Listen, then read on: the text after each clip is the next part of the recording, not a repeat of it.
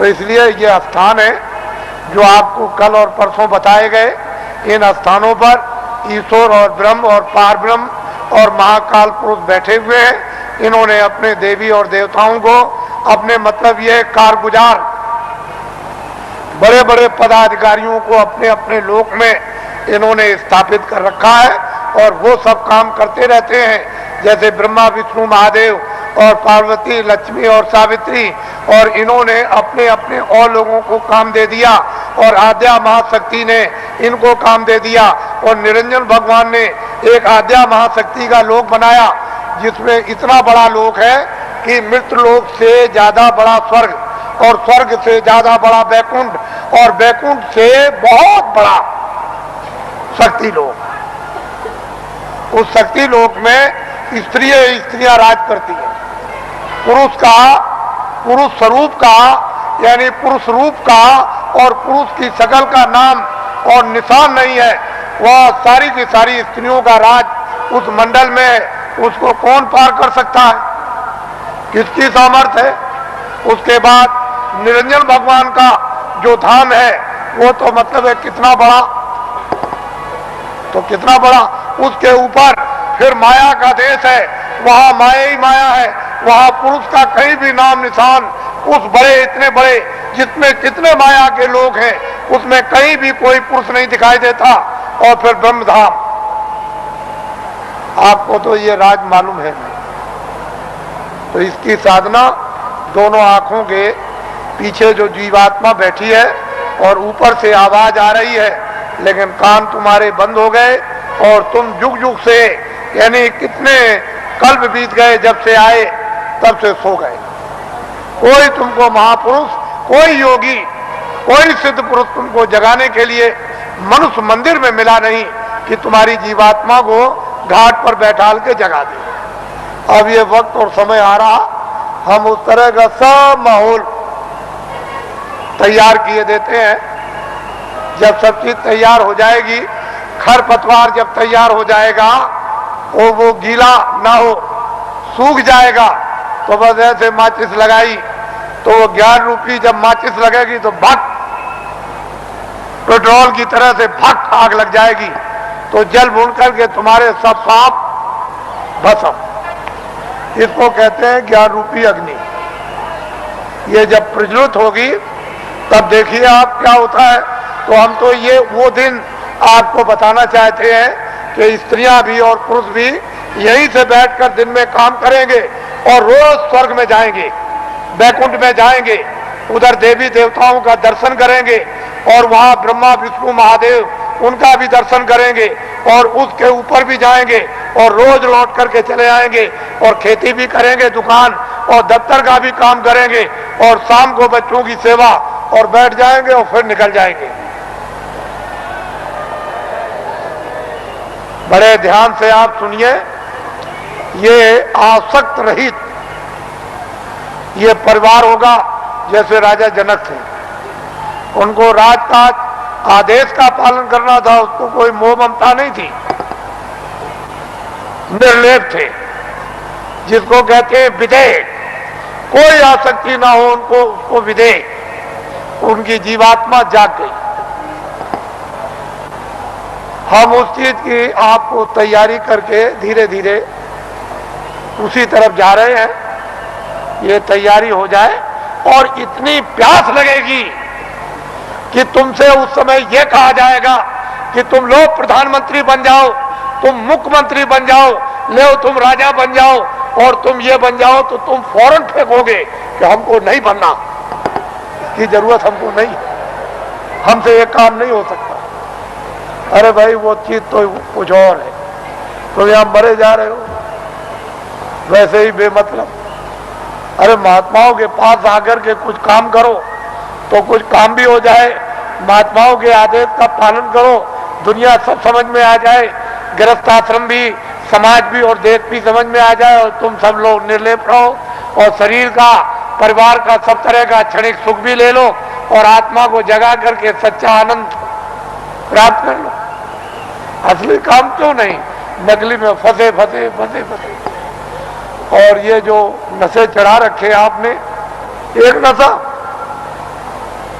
कितने नशे तुमने चढ़ा रखे, और नशों को जो आपने चढ़ा रखा है तो किस तरह से तुम बदहोश हो, होश ही नहीं, कुछ होश नहीं है।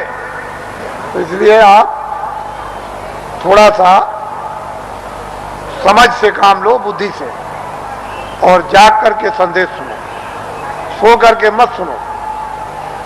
वही मनुष्य है जो जाग करके सुनता और फिर वो अमल करता है। जैसे वस्त्र पहन लिया तो ठंडी दूर हो जाएगी, गर्मी दूर हो जाएगी, बरसात की हवा नहीं लगेगी, लेकिन जब तुम उस वस्त्र का अमल ही नहीं करोगे, वस्त्र पहनोगे नहीं, शील क्षमा संतोष विरय विवेक ये एक वस्त्र है जो पहन लिया जाता है, तो काम क्रोध लोभ मोह अहंकार पता नहीं किधर चले गए। अभी आपने इसका वस्त्र पहना तो आपको क्या मालूम होगा कि वस्त्र कपड़ा कैसा होता है। तो आप लोग आज, क्योंकि बहुत से लोग सुबह भी आ गए, रात को भी, नामदान तो कल हुआ था, यह नामदान सर्वोपरि दान है। इसको ऐसा मत समझिए, वक्त और समय आएगा तो लोग बहुत भटकेंगे इसके लिए।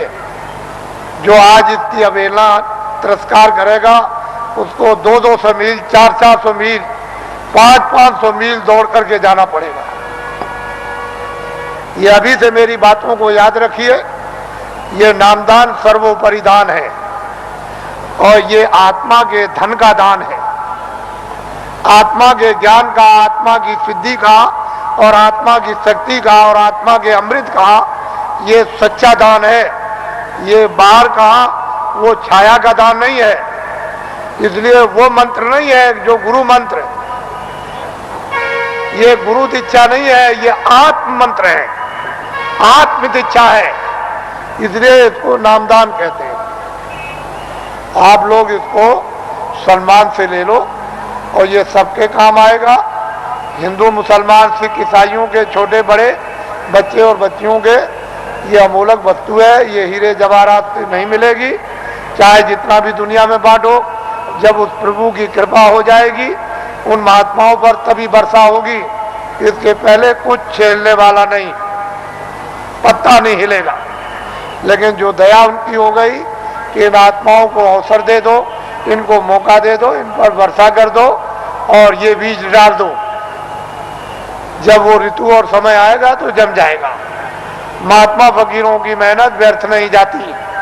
तो मैं आदेश का पालन कर रहा हूं और ये सर्वोपरि आत्मदान आपको दे रहा हूं, उसको आप सम्मान से ले लो। और 2 मिनट 4 मिनट 5 मिनट 1 मिनट आधे मिनट मनुष्य दरवाजे पर, मनुष्य आत्म दरवाजे पर बैठकर आप जिस तरह से बताया जाए उस तरह से आप भजन करो। यहीं पर अगर दरवाजे पर बैठ करके आपने भजन कर लिया तो रिद्धियों सिद्धियों का सबका भंडार उदय हो जाएगा। यहीं से सब चीजें मिलने लगेंगी। लेकिन दरवाजा नहीं मिला और वहां बैठ करके भजन नहीं किया तो कुछ मिलने वाला नहीं है। वैसे ही खाली आए हो, अज्ञान में आए और अंधकार में आए, रोते हुए आए। जब जाने का समय होगा तो ज्ञान रखवा लेगा, देखना रखवा लेगा, सुनना और बोलना रखवा लेगा और एक पीछे से ठोकर मारकर रवाना कर देगा। इसलिए आप लोग संभल करके रहो।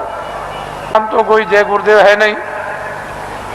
इस किराए के मकान का नाम आपका ही रखा हुआ, जो रखवाया होगा उस समय के पंडितों से, यह नाम तुलसीदास है। और जय गुरुदेव नाम उस परमात्मा का, ईश्वर का, भगवान का, उस सर्वशक्तिमान, उस ब्रह्म का, उस अल्लाह ताला यानी खुदा और गाड का नाम। ये किसी इंसान आदमी का नाम नहीं। तो जो नाम मैं भगवान का बोलूंगा सब लोग एक साथ बोलेंगे, आगे पीछे नहीं। जो नाम बोलता जाऊं सब लोग उच्चारण करना, जिससे हमको मालूम हो कि आप शुद्ध नाम का उच्चारण कर रहे हो।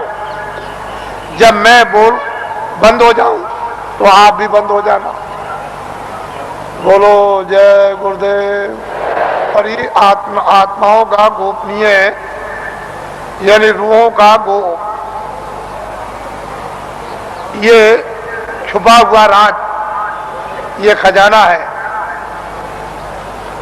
ये जब तुम जरा सा रियाज और जरा कमाई करोगे, थोड़ी सी आप मेहनत अभ्यास और साधना करोगे तो जल्दी से ये प्रकट होने लगेगा। लेकिन तुम ऐसे ही बैठे रह गए तो घर का भी कोई काम नहीं होता, और वैसे घर में भी कोई आपको नहीं पूछेगा अरे भाई काम प्यारा चांद थोड़ी प्यारा है। अरे भजन करोगे तब तो तुम प्यारे बनोगे, तब तो तुम्हारी जीवात्मा इस अंधकार से, इस जड़ता से निकलेगी। लेकिन भजन नहीं करोगे तो कौन किसको प्यारा? पति स्त्री को जवाब देता है, स्त्री पति को जवाब देती है, माँ बाप बच्चे को जवाब देते हैं, चाम नहीं प्यारा काम प्यारा। अरे बातें प्यारी नहीं है, साधना और भजन और प्यारा है। तो इसलिए थोड़ा तुम भी मेहनत करो, हम भी करो, दोनों की मेहनत से ये हो जाएगा, काम पूरा हो जाएगा। आज गुरु महाराज का ये उनका पुण्य, जो संकल्प यहाँ छोड़ गए हैं, जो आशीर्वाद और आदेश जो दे गए हैं, ये सब उनकी चीज है। हमारे पास कुछ उन्हीं का आशीर्वाद, उनकी दी हुई ये दौलत है, और उन्होंने आदेश दिया है कि इस तरह का जब समय आएगा तो बांट देना, वो आपको मिलेगी। उनकी ये स्मृति है, यादगार, कि ये खजाना महापुरुषों ने बांटने के लिए दिया है, ये उनकी यादगार। और वो सब चीजें ताजी। गुरु महाराज बड़े सादे थे, बड़े सीधे थे, बहुत सादगी थी, बड़े सीधे थे, बड़े भोले थे, लेकिन जानते सब कुछ थे, कोई चीज उनसे छुपी नहीं, सब कुछ जानते थे। और उन्होंने ये संकल्प, तो उनका ये संकल्प है कि जीवों को बहुत लाभ होगा, रूहानियत का, आध्यात्मिकता का। आगे सब लोग तैयारी करो, भंडार खुलेगा और सब लोग उस भंडार में प्रवेश होंगे और असली खजाने की लूट होगी। लोग लूटेंगे अपनी अपने दामन, अपनी अपनी झोली, नेत्रों की झोली, नेत्रों का दामन, दिव्य नेत्र की झोली और दिव्य नेत्र का दामन फैलाकर, और माल की, अद्भुत माल की, दैविक माल की, वो खजाने की यानी लुटाई होगी। और हीरे जवाहरात ये उस लुटाई के सामने कुछ नहीं है। वो चेतन हीरे, वो अमृत के हीरे ऐसे बरसेंगे जिसको ये सब के सब इस मनुष्य रूपी मंदिर में अपनी आंखों से वो लुटाई होगी कि जो वर्णन में नहीं आएगी। आपको क्या मालूम है कि आकाश से क्या वर्षा हो रही है? तुमने अपना दरवाजा ही बंद कर रखा तो वर्षा क्या पता चलेगी? अरे दरवाजा तो खोलो, मुंह तो खोलो, तब वर्षा मालूम हो कि कैसी वर्षा हो रही है अखंड। महात्माओं ने जो कुछ भी वर्णन किया है वो कटु सत्य है, उसमें जरा सा भी कोई गुंजाइश नहीं। तो ये उनकी पुण्यतिथि है और उन्हीं के संकल्प का ये आपको प्रसाद। वो तो देने का एक आधार तो चाहिए, तो कोई आधार आपको, जो आधार है वो आपको दिया जाता है कि इसको आप संभाल करके ले जाएंगे। हो सकता है कि साल भर आपको अवसर न मिले, तो इसको आप प्रसाद को संभाल करके रखेंगे और जरूरत पड़ने पर आप इससे काम लेंगे। अपनी व्याधियों में, परेशानियों में कभी कभी ऐसा भी होता है कि हे मालिक, हमको कुछ नहीं चाहिए, जितने दुख हमारे कर्मों के हों वो जल्दी से जल्दी हमको दे दीजिए, लेकिन प्रार्थना यह है कि बर्दाश्त जरूर दीजिएगा और हमको आत्मधन लुटा दीजिए। तो इसलिए भी आत्मधन की लूट के लिए भी प्रसाद खाते हैं, ये तो मुख्य चीज है। लेकिन कभी कभी तरह तरह के कष्ट तरह तरह की परेशानियां, तरह तरह की हैरानियां परिवार में, बीमारियां परिवार में, बच्चों में और बच्चियों में, पत्नी में और पति में, भाइयों में, माँ में, पिता में, अड़ोसी में, पड़ोसी में, जात में, बिरदारी में, समाज में, दफ्तरों में और राज में और इसमें और उसमें, ये तरह तरह की जो बीमारियां, जो रोग लग गए हैं, उनके लिए भी लाभदायक। लेकिन यह है कि अनुचित उपयोग करोगे तो लाभ नहीं होगा, उचित उपयोग करोगे तो लाभ हो जाएगा। अनुचित क्या उपयोग है कि मैं ये प्रसाद खाता हूं, आज मैं रात को डकैती डालूंगा, मुझे 1 लाख रुपया मिलना चाहिए, ये अनुचित, इससे लाभ नहीं होगा। तुम इसको खा करके डकैती डालोगे, चोरी करोगे, मौके पे पकड़े जाओगे और फिर कर्मचारी अधिकारी पकड़ेंगे तो वो डंडे मारेंगे, कचहरी पहुंचा देंगे, तुम्हारी सजा हो जाएगी। तो अनुचित प्रसाद का उपयोग मत करो, उचित करो। और मेरी चोरी छूट जाए, मेरी डकैती छूट जाए, झूठ छूट जाए, छल कपट छूट जाए, बदमाशी छूट जाए और मुझसे ये छूट जाए और ये बुराई छूट जाए और मुझ में अच्छाई आ जाए।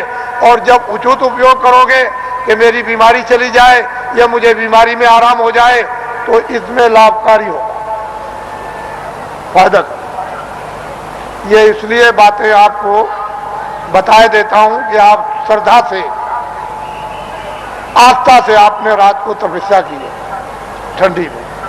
हम भी देख रहे हैं, हम कोई ऐसा थोड़ी कि नहीं। आपको क्या मालूम कि रात को मैं कैसे घूम रहा था, किसी को नहीं पता कि मैं कैसे निकल के, किसी ने नहीं पहचान पाया, कोई भी सड़क पर पहचानने वाला नहीं मिला। तो आपको तो ये जानना चाहिए कि मतलब ये है कि मैं देखता हूँ, ऐसा थोड़ी है कि मतलब मैं अंदर घुस गया तो मैं देखूं और समझूं नहीं उसको। तो ये सब मैं देखता हूँ कि आप अंगों से तपस्या कर रहे हो और तपस्या का फल आपको मिलेगा। ठीक है, आपने शरीर से गुनाह किए हैं, बुरे काम किए, पाप किए हैं, आपने, ये ठीक है कि आपके ऊपर जमा है, लेकिन तपस्या अपनी जगह। वो तो धीरे धीरे धीरे धीरे जिसका ढेर ज्यादा हो जाएगा और फिर एक दूसरे में मिलने लगेगा, तो मिलकर के एक दूसरा अच्छा और खराब खून शोधन करके और खराबी को निकाल देता। वो तो अपने तरीका है। लेकिन यह है कि तपस्या तो तपस्या ही है। तो आप तो मैं और कुछ नहीं कहूँगा, क्योंकि ये गुरु महाराज की ये विशेष कृपा और दया यादगार दिन है।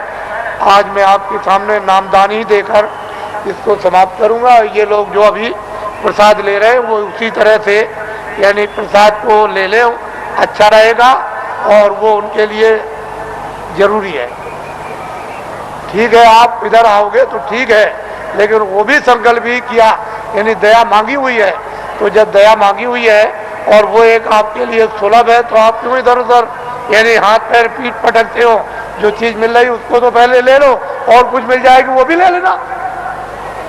अरे भाई, इसके माने ये थोड़ी है कि अगर कोई 10 दे तो 10 भी ले लो, और कोई ये दे दे तो और भी ले लो, कोई एक दवा दे दे तो वो ले लो, और कोई उससे भी अच्छी दे दे उसको भी ले लो। तो ऐसा क्यों कि बस हम नहीं लेंगे?